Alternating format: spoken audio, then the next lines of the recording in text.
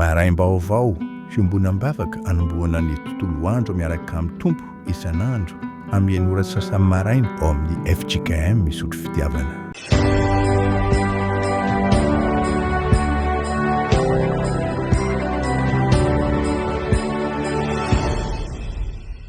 Mitsangana idiran'ny tompo. Iomana amin'ny fiarahamandinika soratra masina sika ny salamo 7:100, ny andininy 7:90 hatramin'ny farany no imbonantsika. Salamo 7:100, 7:90 hatramin'ny 4:70. Hoy ny mpanao salamo: aoka ne ho tonga eo anatrihanao ny fitaraina Jehovah, ampianao raha araka ny teninao. Aoka ne ho tonga eo anatrihanao ny fifonako, vonjeo aho araka ny teninao. Aoka hiboboka fiderana ny molotra, fa ampianarinao any didinao. Hihiran'ny teninao ny lelako, fa marina ny didinao rehetra. Aoka ne hamonjy any tananao, fa efa nifidy ny didinao aho. Efa manana ny famonjenao, Jehovah, ary ny lalanao ny firavoravoko. Aoka ne ho velona ny fanahiko ka hideranao, ary aoka ne hamonjy any fitsaranao. Efa nania aho, tadiavo ny mpanomponao toy ny fitady ondrovery, fa ny didinao tsy mba hatonoko. Amen. Hivavaka isika. Indre ny fifalianay Andriamanitra fa nomenao tombonandro havelomana izahay, ary afaka miverina aminao indray eto amin'ity toerana ity. Miantso anay ianao, ary mamaly izany antso izany ampanetreteny izahay, manolotra voninahitra sy fideranao anao, mankasitraka anao ilay tompo marika amin'ny fiainanay amin'ny antsipiriany. Menatra sy mangay koa nefa, ka mitehatratra dia mangatapa-melana mba hanadiovanao anay ho afaka amin'ny tsy fahamarinana rehetra. Ary maniry indrindra ny hanirahanao ny fanahy masina, hitarika anay amin'izay atao eto, mba hankasitrahana eo anatrihanao, ary ho toy ny anitra eo alohan'ny seza fiandriananao izao fotoana izao. Tompo ampitomboy, ampioreno amin'ny finoana izahay, ary ataovy mahatakatra ny alsarobidiny iraka ampanaovinao anay. Amin'ny anaran'i Jesosy Kristy. Amen. Anaraka amin'ny vakin'ny soratra masina isika araka ny Malakia 7:1 hatramin'ny 7. Malakia 7:1 hatramin'ny 7. Amin'ny anaran'ny tompo. Indro aniraka anirako, ary izay namboatra lalana eo alohako, ary ny tompo izay tadiavinareo dia ho avy tampoka eo amin'ny tempolony. Ary ny anjely ny fanekena izay irianareo dia indro tamizy hoy Jehovah tompony maro. Nefa iza no mahatanty ny andro hiaviny, ary iza no mahajanona raha iseho izy, fa izy dia tahaka ny afo mandrendrika sy ny savony ny mpanasa lamba. Ary hipetraka andrendrika sy hanadio volafotsy izy, eny hanadio ny taranak'ilevy izy, sy handrendrika azy toy ny fandrendrika volamena sy volafotsy, ka dia ho an'i Jehovah ireny, ho mpanatitra fanatitra amin'ny fahamarinana. Dia homamin'i Jehovah ny fanatitry ny Joda sy Jerosalema, toy ny tamin'ny andro fahiny sy toy ny tamin'ny taona taloha. Ary hanatona anareo fitsaranao, ka ho vavolombelona faingana hanameloka ny mpanana ody sy ny mpijangajanga, ny mpiania-tsi-toa, ny mpampahory, ny mpikarama mikarama mba amin'ny mpitondra-tena sy ny kamboty, ary izay mampahory ny vahiny. Fa tsy matahotra ahy izy, hoy Jehovah tompony maro. Fa izao Jehovah dia tsy miova, ary ianareo ry taranak'i Jakoba dia tsy fongana. Hatramin'ny andron-drazanareo dia efa niala tamin'ny didiko ianareo ka tsy nitandrina azy. Miverena amiko dia mba hiverina aminareo kosa aho, hoy Jehovah tompony maro. Nefa hoy ianareo, ahoana ary no fiverenanay? Amen. Ray masino, manamasinana anay amin'ny fahamarinana, ny teninao no fahamarinana. Amen. Mbola hivavaka isika. Manatona anao amin'ny fahafoizan'ny fisainanay izahay ry Tompo, ary manantena indrindra ny fanahy masina hitarika anay. Ahatakaranay ny hevitra ao Andriamanitra amin'ny soratra masina izay voavaky, dia mbola hitombonay koa amin'ny fahavononana hanao eny amin'ny hiraka ampanaovinao amin'ny anaran'i Jesosy. Amen. Ndao ary minitra vitsivitsika hiaraka ao amin'ny bokin'ny Malakia arak'izay mety efa fahafantaranareo izany boky izany. Ahoana ny fahafantaranareo ny boky?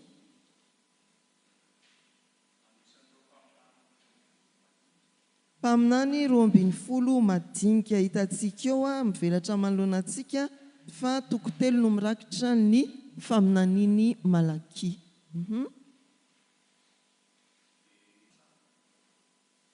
Rehefa tavavena fanabahababona ny firenen'ny Joda dia niena ny fiainam-panahiny, ny hafanampony tamin'ny fanompony. Aorianan'ny fahavitan'ny tempoly io dia niena fahavitan'ny tempoly tamin'ny andron'ny Ezra, dia niena ny hafanampony tamin'ny fanompony.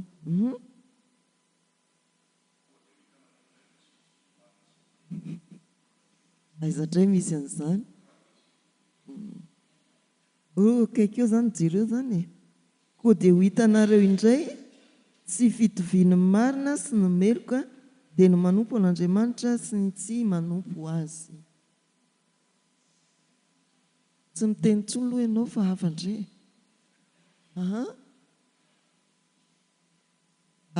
Izay ary mombamomba azy ankapobeny fa inona ny mety andinin-tsoratra masina na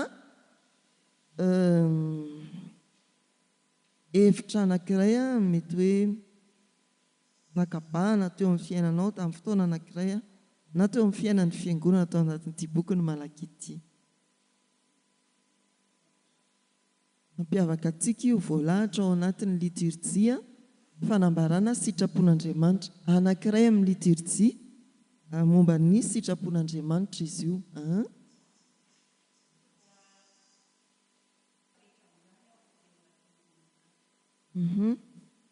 Ny voalohany dia tena ivon'ny boky ny Malakia tafiditra ao anatin'ity anjara mofinainantsika ity.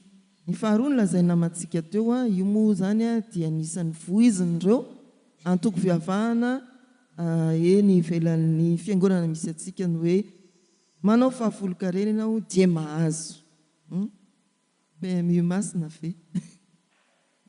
Dia fikirana mafitsy atao amin'ny fahafolokarena dia me mahazo ianao fa raha revitra fahafolokarena ao amin'ny soratra masina dia tsy io ihany fa araka ny voalaza dia hoe fomba mampanao ara-pivavahana jios izy ao amin'ny testamenta taloha, testamenta vaovao dia tsy miresaka ny momba azy fa ny manontolo tarafina eo amin'i Jesosy Kristy nafoy ny ainy.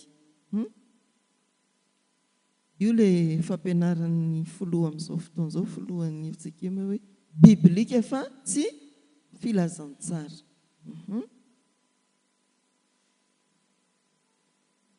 Ny tompo manome tsisy tambiny.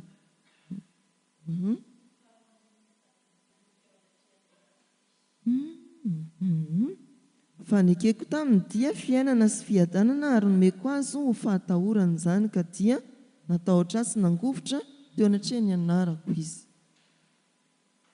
Fandraisam-pitenenana farany. Tsisy tsony. Jereo tsara ilay ampahafolokarena teo fa manomboka amin'ny asan'ny apôstôly dia ny manontolo no nampianaran'ny fiangonana mba hatolotra. Ary bedy mafy mihitsy anan'ny azy Safira ny laza hoe ireo daholo, ka tsy ireo daholo akory. Izany dia fampietretana antsika ry havana hoe tena manontolonao ve? Ny manontolo ny fiainanao ve no mahatolotra ny tompo sa dia ny ampahany ihany? Ampahany firy amin'ny fiainanao? Ampahany firy? Zazany azafady ny ampahafolo ny lasa dia amin'ny fiangonana fa ny ampahany bebe kokoa lasa any amin'ny zavatra hafa tsy araka ny sitrapon'Andriamanitra. Fa ny antsika dia hoe ny manontolotsika hatraizany faharesen-dahatra ao no hoe ny manontolo. Ny mifanipaka amin'izay indray dia tena hoe anany azy Safira ny sombitsombony ihany samy diso izany.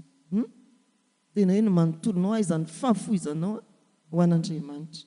Dia tsy anomo ny texte antsika ry havana fa manamafy izay fampianarana momba ny fahafolokarena fa natsipy isika dia izay izany. Dao ary isika tena antony teknika moa zany natara fa saika tsy mivoaka indray ty taratasy ty tamin'ny farany sika dia hoe tsisy taratasy fa misy olana kely zany natarany ahoana ary ny voany ity dia mifampitady eo izay mivady samy mitady fa tsy hoe mifampitady eny ary andesika amin'ny fitarian-teny ny boky ny Malakia efa nolazay ny namana maromaro teo ny ampahany fa izao iza moa mpaminany Malakia mpaminany Malakia dia tsy voasoritra ao anatin'ny boky ny momba azy ny zavatra mazava fotsiny dia hoe tena iraky ny tompo izy miainga amin'ny dikany anarany hoe Malakia izay lazainako hoe iraka na hoe ny irako araky ny 3:1 indreo maniraka ny irako raha io ny teny fototra ny jerena dia Malakia ny ao ray fototra ny hoe Malakia tsy mba takandry Amosy izy ka voasoritra hoe zanakiza dia inona nataony piotiaviavy sy ny sisa tsy mba takandry Isaia izy fa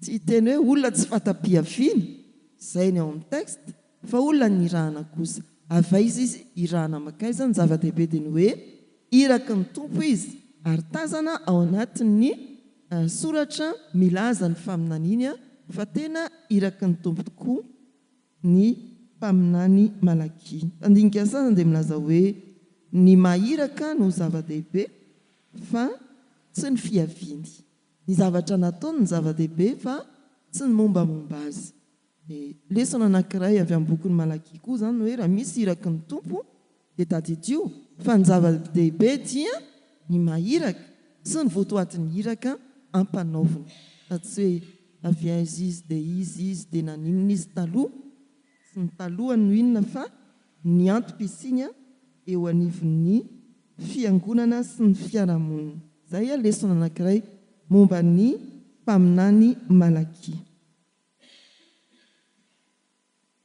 ny lazaina manaraka dia ny hoe vanim-potoana ny ainany sy naminaniny dia mandidina ny tapany farany amin'ny taonjato fa 5 talohan'ny Kristy 445-430 talohan'ny Kristy efa fantatsika moa fa nelanelany ny testamenta taloha sy ny testamenta vaovao dia efa 100 taona tsy nisy tsony mpaminany taorianany Malakia atsy nipoitra indray ijaona mpanao batisa dia izay no mahatonga ny hoe izy zany no nanao ny faminaniana farany ny soratra napetrany kasika ny zava-nisy 445-430 talohan'ny Kristy voalaza namantsika teo fa io vanim-potoana io dia vanim-potoana efa niainany ny firenen'i Joda taorianany fahababoana ary efa nahatsanganana ny tempoly fiarahamandinika soratra maza ataontsika tamin'ny farany no hoe tamin'ny andro ny Ezra no vita ny tempoly andro ny Néhémie ny fananganana ny manda vita ny tempoly fa tsy hoe vita ny tempoly dia ny anafana ny fon'ny mpivavaka fa vita ny tempoly nidina ny fiainam-panahin'ny vahoakan'Andriamanitra izay ny vanim-potoana izay naminaniny ny fiantsonany Malakia voalaza teo hoe tsy misy filazana momba ny tantarany fiantsoana tahaka ny an'ny Isaia ohatra ny fiantsonany Malakia fiantsonany Malakia dia hita amin'ny asany teny amin'ny vahoaka izay zavatra tsy tokony ananana fahasahiana ho tenenina izy raha ohatra ka ny mpandinika no milaza dia ny hoe Malakia dia tahaka ny olona mijoro mitondra fanavaozana réformateur izy zany tamin'ny andro ny faminaniana izay nataony nisy fitotonganany ny ara-panahy izy no mamerina amin'ny soratra masina izy no manarina ny vahoakan'Andriamanitra iaina araka ny soratra masina inona ary ny votoatin'ny faminaniany Malakia araka ny drafitry ny boky dia ireto ny votoatin'ny voalohany filazana ny fitiavan'Andriamanitra ny faharoa ny fahotan'ny mpitondra fivavahana sy ny kitotoan'ny fanatanterahana ny fanompoam-pivavahana izay nataony, izany hoe manao fanompoam-pivavahana zarara vita, ny fikarakarana ny fanatitra zarara vita, ny fanompoana zarara atao. Ao amin'ny manaraka kosa tsy verenako vakiana ilay toko sy andininy dia ny fivadiam-panekena tamin'ny vahoakan'Andriamanitra. Tsy ny mpisorona ihany izany nanao kitoto, fa ny vahoakan'Andriamanitra koa hitantsika ao fa tena nanjaka izany atao hoe fisaraham-panambadiana tamin'ny andron'ny Malakia, ny seholany ny fanambadiana ny hafa firenena ary tao koa ny kitotoam-panekena, izany hoe tsy fanajana ny fanekena natao tamin'Andriamanitra. Izay dia hitantsika ao amin'ny toko 2:2 voalaza ireo. Ny toko 2:7 hatramin'ny toko 7:5 dia fanambarana ny fahatongavan'ny tompo sy ny fitsarana. Anatin'izany ny anjara mofinainantsika amin'izao anio izao. Malakia toko 7:1 hatramin'ny 2:12 dia fiantsoana fiverenana, fibebahana ny tena voambolana miasao, fiantsoana ny olona hibebaka raha miteny izy hoe miverena dia milaza koa hoe mibebaha, miverena amin'Andriamanitra. Ary ny farany moa dia ny fampanantenana ny fisian'ny famonjena anavaka ny tsara fanahy sy ny ratsy fanahy, ny nanaiky sy ny nandà, ny manompo an'Andriamanitra sy ny tsy manompo an'Andriamanitra. Andininy fototra izay ato anatin'ny anjara mofinainantsika ny tonono ny avantsika teo dia ilay hoe miverena amiko dia hiverina aminareo aho ho Jehova tompony maro. Ny tanjon'ny boky. Inona ny tanjon'ny boky? Tanjon'ny boky araka ny voalaza tao ny ampiverina ny olona amin'Andriamanitra, ny hitondra azy amin'ny fibebahana, famerenana amin'ilony ny fiainam-panahin'ny vahoakan'Andriamanitra, fiantsoana azy hibebaka. Teksta manoloanantsika ary dia ny toko 7:1 hatramin'ny 7. Inona ny hevitra izany teksta izany? Ho tetezintsika ireo andininy arakaraka izay mety fizarana hitao. Ny andininy voalohany, ny 2 hatramin'ny 4, ny 5 sy 6 ary ny 7. Andininy voalohany, mba misy anankiray amaky hoe azafady. Inona ny hevitra eo andininy voalohany io? Iza ny maniraka? Jehova Andriamanitra ny maniraka. Inona ny irahany na iza ny irahany? Anao inona ilay iraka? Inona ny antony anirahana? Anamboatra lalana. Inona koa ny anankiray eo? Misy iraka 2 ao.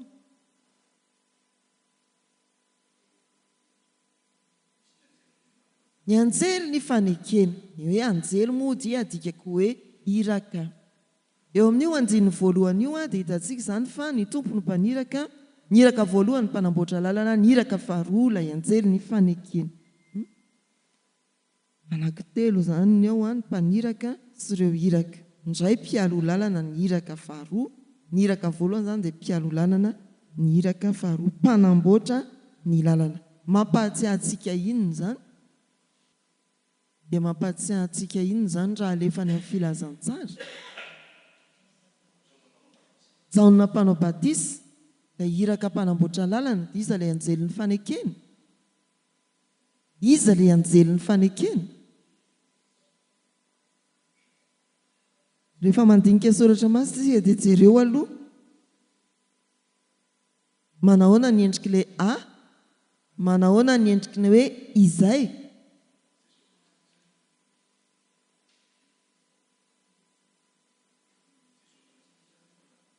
Jereo aloha ilay soratra. Litera ny tiako lazaina.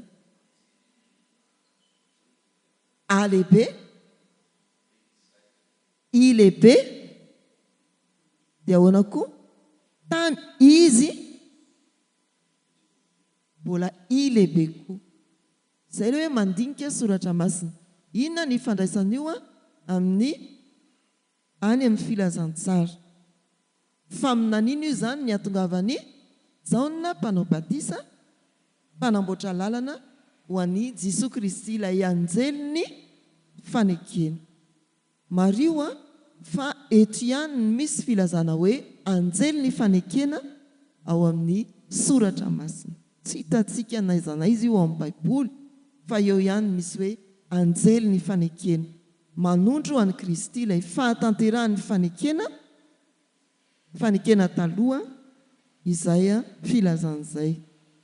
Marika izany a lehibe, i lehibe eo amin'izay, i lehibe eo amin'izy. Fa raha toa ka miresaka mpandinika soratra masina koa isika dia voalazany hoe ao amin'ny teny fototra dia tsy i lehibe ny hoe izay sy ny izy fa i kely. Fa efa mifono heviteny ny fandikana eto amin'ny Baiboly misy antsika. Izany tsy handratra ny fonontsika fa raha tambatambatra tokoa ny voalazan'ny soratra masina, ny tondrony hoe anjely ny fanekena dia tsy iza tsy akory fa i Jesosy Kristy. Ny hevitra io andininy voalohany io izany dia voalohany hoe Andriamanitra dia maniraka olona hialoha lalana an'i Jesosy Kristy, hanamboatra lalana ahafahan'ny olona miverina amin'Andriamanitra. Ahatongavany any amin'ny valiny fanontaniana hoe ahoana ary no hiverenanay. Ny amin'ny faran'ny perikopantsika dia io ny anjelin'ny fanekena no taridalana ahafahana miverina amin'Andriamanitra. Andininy faharoa hatramin'ny fahaefatra, mba hisy hamaky azafady. Hatrany amin'ny fahaefatra ve izany teninao? Roa ka hatramin'ny efatra. Mbola tsy taitra tsara indray.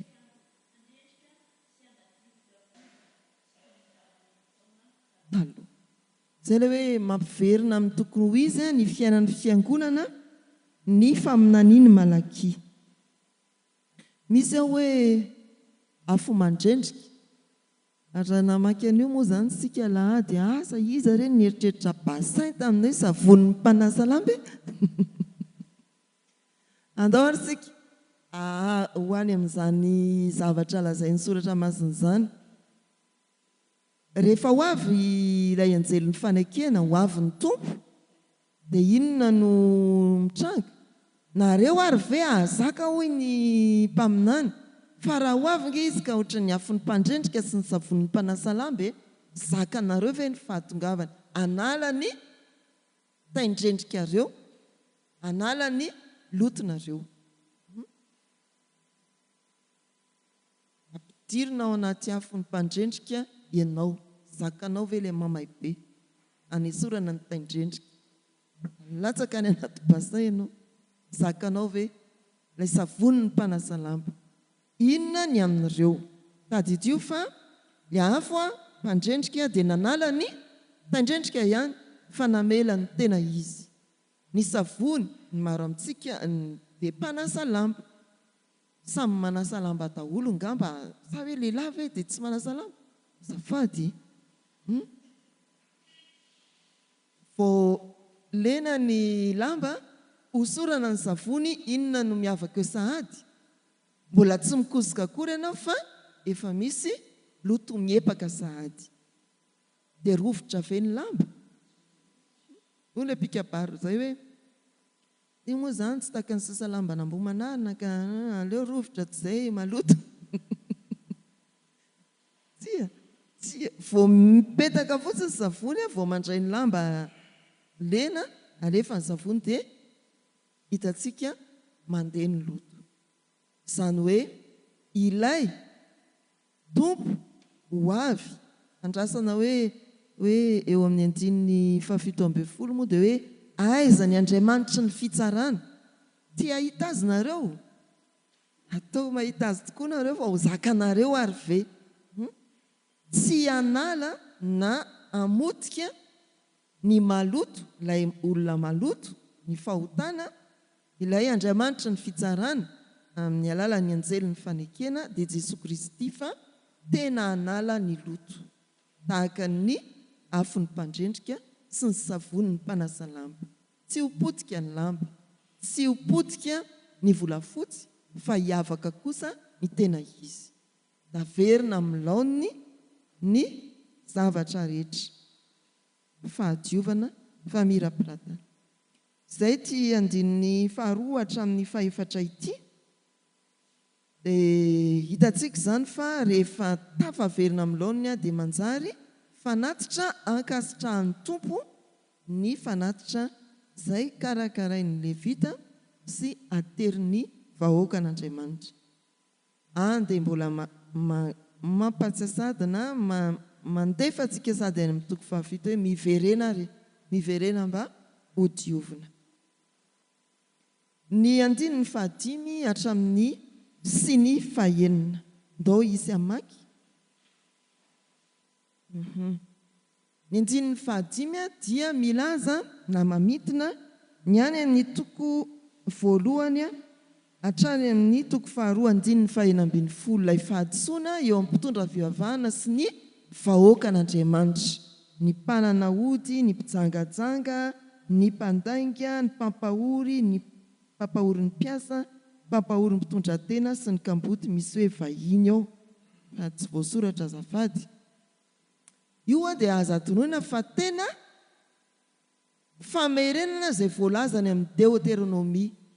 Fitsipika sy lalàna, ara-panahy sy ara-piarahamonina. Sarotiny mihitsy Andriamanitra amin'izany hoe ny karaman'ny mpikaramanao aza vela i local hoe ndana lomody farapitso betiny izany. Tonga amin'ny faran'ny volana mpandray karamisaka faran'ny volana le olona ndana lomody farapitso na hoe karamisan'andro ndana lomody farapitso. Tsy mety izany, tsy rariny izany hoy ny fampianaran'ny soratra masina. Ny anankiray ny mpitondra tena sy ny kamboty ary ny vahiny dia nataon'ny tompo ho zava-dehibe. Raha mijinjavary ny jiosy ohatra dia tsy maintsy asiana ambiny hotsipon'ny mpitondra tena sy ny kamboty ary ny vahiny. Anatin'izany ohatra rota izay nitsimpona ny vary teny an-tambolon'ny Boazy. Dia ohatr'izay tena voatsipika manokana aza atao tsinontsinona re ny vahiny. Ary raha manao vavaka fangatahana isika dia tadidio fa voatsipika ao izany hoe mpitondra tena ny kamboty sy ny vahiny miara-monina aminay eto amin'ity fireneny ity. Ara-baibolo mihitsy izany. Tena hoe every ilay vahiny. Raha mifanjakan'Andriamanitra dia ireo jentilisy izany. Raha ohatra ka eo amin'ny fiarahamonina dia ny antsika moa vazaha ohatra ny hoe manan-karena kiana nitondra anambavaka azy. Mety mahantra ara-panahy izy, tongeto ny antony, mety hoe ambasador izy, saingy mahantra ara-panahy. Mila entina ambavaka koa izy amin'ny fahasahiranana, eo amin'ny asany, sy ny sisa sy ny sisa. Nareo ve tsy mba malahelo vahiny? Za dia malahelo azy ireny mihitsy ndry reto sonoe. Na fohy tanindrazana mba hanao asa fiariana aty amin'ity tany mahantra be ity. Eto moa izany dia anaterana fandrarana fa tsy mba morona fandrarana. Dry reto izy. Dia tsika moa indray dia ohatran'ny tsy vahiny fa ny soratra masina dia mampieritreritra antsika mihitsy hoe ireo olona ny vahiny. Hoentina ambavaka koa izy ireny. Dia fahadisoany ny vahoaka an'Andriamanitra nijoda tamin'izany ireo nampahory mitondra tena sy ny kamboty ary ny vahiny izy. Tsy natahotra an'Andriamanitra.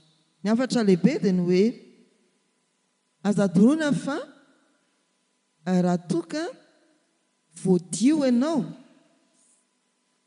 andininy faharoa hatramin'ny fahefatra ankasitrahana ny fanatitrao dia sarotsiny amin'ny fiainam-panahintsika sy ny fiainantsika andavanandro, fiainam-pahamasinana Andriamanitra. Tsy hoe izany hoe ndeha hiverina indray amin'ny fahotana, fa azony ilay fahamasinana, iaino ilay fahamasinana. Ataovy tsara araka ny sitrapon'Andriamanitra ny fanompoantsika sy ny fiainantsika andavanandro. Andinin'ny fahenina dia milaza hoe na dia niala azy sika Andriamanitra dia tsy niova. Zay ilay andinin'ny fahenina fa izao Jehova tompony, fa izao Jehova dia tsy miova ary ianareo ry tanànan'i Jakoba dia tsy hifongana. Na niala aza ny firenen'i Joda nanjary ny vady-panekena, tsy nanana fahamasinana teo amin'ny fitondran-tena sy ny fiainany andavanandro, Andriamanitra kosa tsy niova. Na niova aza ny fiangonana, Andriamanitra tsy niova. Io dia averina hatrany hoe misy dika ny teny fanomezan-toky eo amin'ny batisa. Ay ianao, efa niantso ny anaranao aho, ay ianao. Ianao no te hiala eo amin'ny tanan'ny Tompo, fa ny Tompo dia manao aminao hoe tsisy maharombaka izay amin'ny tanako. Ianao zany no te hanao hoe alao aho hiala, hiajain'ny Tompo ny safidinao, fa ny tenin'ny Tompo dia ny hoe raha io ianao ampelantanan'ny Tompo, misy te handrombaka avy ato sy avy ato, tsy misy maharombaka, tsy miova Andriamanitra. Izay ny andininy fahenina. Isika no te hiala, isika no te hivady-panekena, izay ilay faneken'Andriamanitra, fanekena amin'ny tsy mitovy lenta, ny azo dia azoniny, fa raha ohatra ka tsy mahazona intsony ny andaniny, tsy rava akory ny faneken'Andriamanitra. Izay ny atao hoe fanekena ao amin'ny soratra masina. Ilay nanao ny fanekena dia miazona, fa ny nanaovana fanekena afaka miala. Tsy mitovy amin'ny hoe fanekena ifampivarotana ka ty latabatra ity dia amidy ka izao ny sarany, 300,000 ariary ny sarany, atao hoe ary ny tanàna tsy fanekena. Raha mandrava ny fanekena ny anankiray dia vototra koa zany ilay latabatra. Fa tsy izay ny faneken'Andriamanitra. Raha ravain'ny zanak'olombelona nanaovany fanekena, ny fanekena ny an'Andriamanitra dia tsy miova, miazona ny fanekeny mandrakariva izy. Mbola tononony foana ny hoe ay ianao.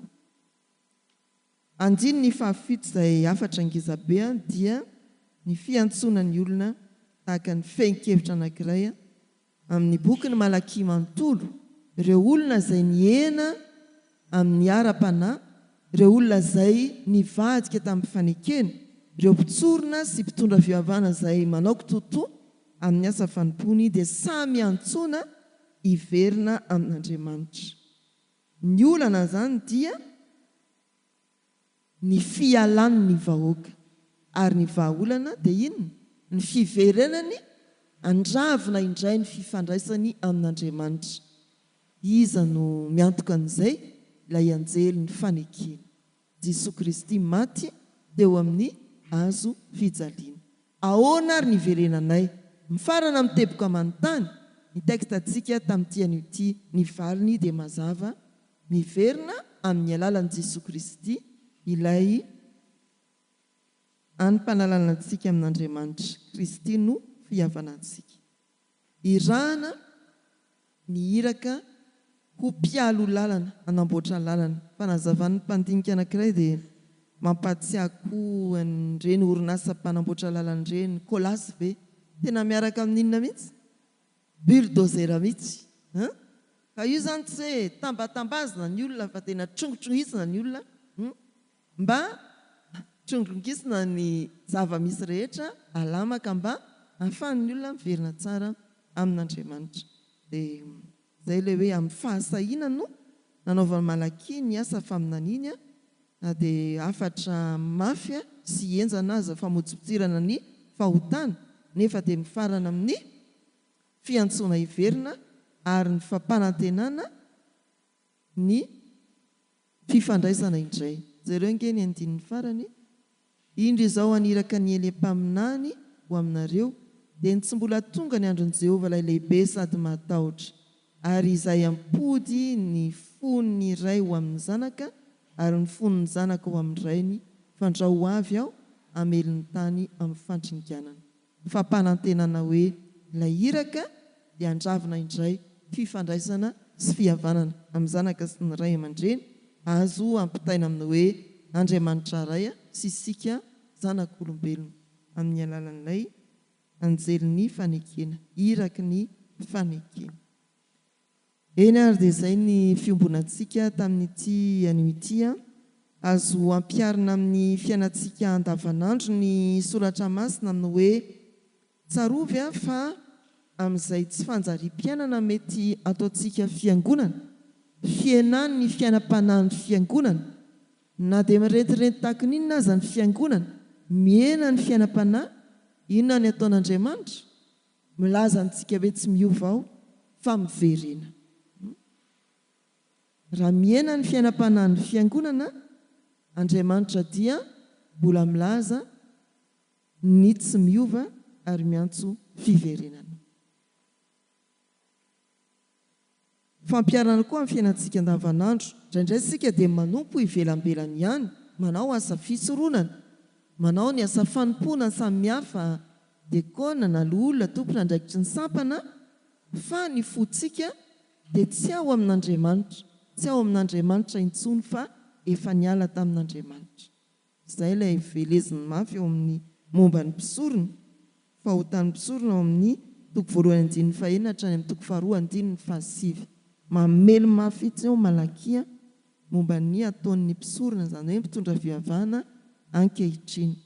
Dia eritreretina koa izany ry havana hoe inona marina moa ny ataontsika tompon'andraikitry ny fiangonana, tena manompo an'Andriamanitra miainga amin'ny fotsika sa saritsary mpanompoana ihany no tanterahantsika amin'izay fanompoana na ny soran'ny tompo ho antsika. Ny farany dia fampaherezana. Malakia dia midika hoe irako, irak'Andriamanitra isika, ampanaovin'Andriamanitra izay tiany atao, ampitenenina izay tiany holazaina. Manana fahasahiana tahaka ny Malakia, mitondra fanavaozana réformatera eo amin'ny fiarahamonina, eo amin'ny fiangonana, any amin'ny fianakaviana, eny any amin'ny toeram-piasana izay misy ianao. Fampaherezana izany ry havana. Maniraka ny irako ao. Ianao no Malakia, omaly dia ianao no iza? Ilia. Androany ianao no Malakia. Dia aza mieritreritra hoe Malakia iza no antsony? Fa ianao ilay antsona dia ny fanontaniana atao dia ho aiza ry aho? Fa tsy hoe iza no irahana, fa hoe ho aiza. Izay fampianarana tamin'ny lahady tolakandro.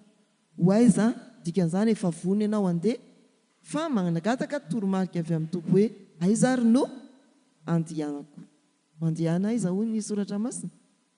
Any amin'izao tontolo izao, amin'ny toerana rehetra, amin'ny fotoana rehetra, dia mivonoana ho Malakia, irako. Izay ary ny fotoanantsika dia misaotra antsika ry havana amin'ny fandraisana anjara. Hivavaka isika.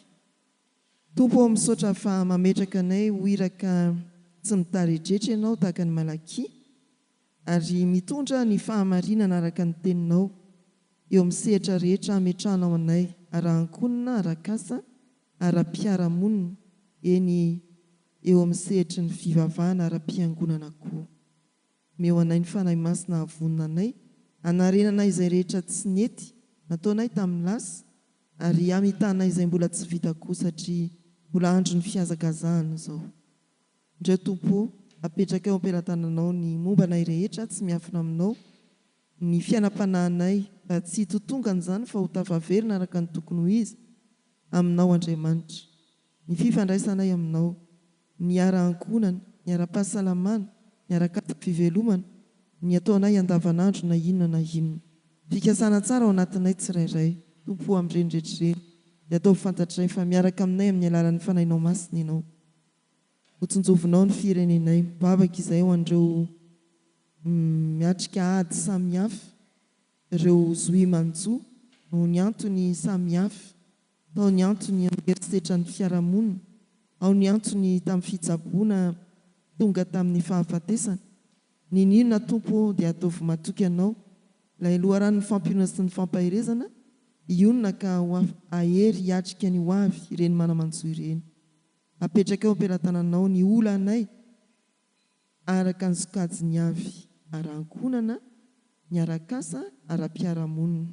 Mety misy olana mila famahana eo amin'ny ara-tsoratra masina izany, mety efa miazakazaka any amin'ny fitsarana koa ireny olan'ireny. Tompo, ampio izay mba hitoky aminao, ilay Tompo ny tenin'ny fahamarinana.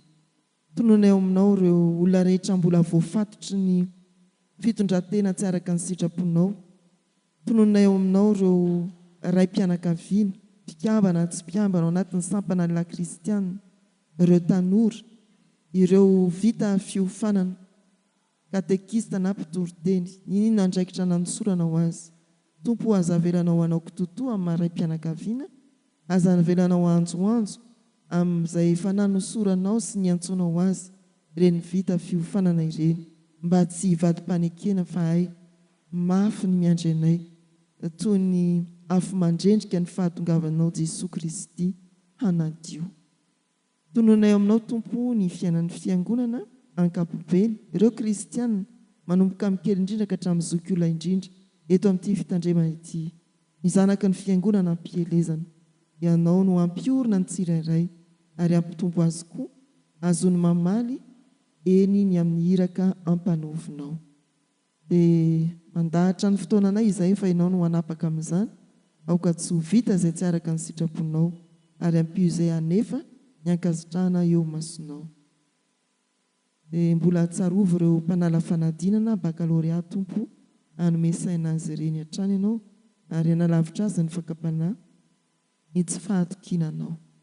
Amin'ny anaran'i Jesosy ilay nampianatra anay hivavaka hoe Rainay izay ny an-danitra, ho amasinina anie ny anaranao, ho tonga anie ny fanjakanao, atao anie ny sitraponao ety an-tany ho taky ny eny an-danitra.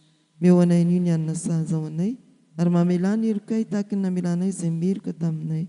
Aza mitondra anay amin'ny fakapanahy, manafahanay amin'ny ratsy, anao ny fanjakana sy ny hery ary ny voninahitra mandrakizay. Ho tanteraka aminareo ry havana ny tsodrany tononona amin'ny anaran'ny Tompo. Ny fiadanan'Andriamanitra mihoatra no ny fahalalana rehetra, hiaro ny tenanareo, ny ainareo ary ny hevitrareo ho tanteraka tsy hanatsiny mandra-piavin'i Jesosy Kristy Tompontsika. Mandihana, izy hiaro anareo na mivoaka na miditra hatramin'izao sy ho mandrakizay. Amen.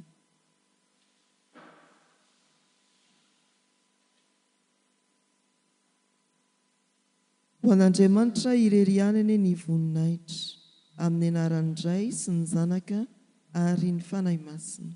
Amen.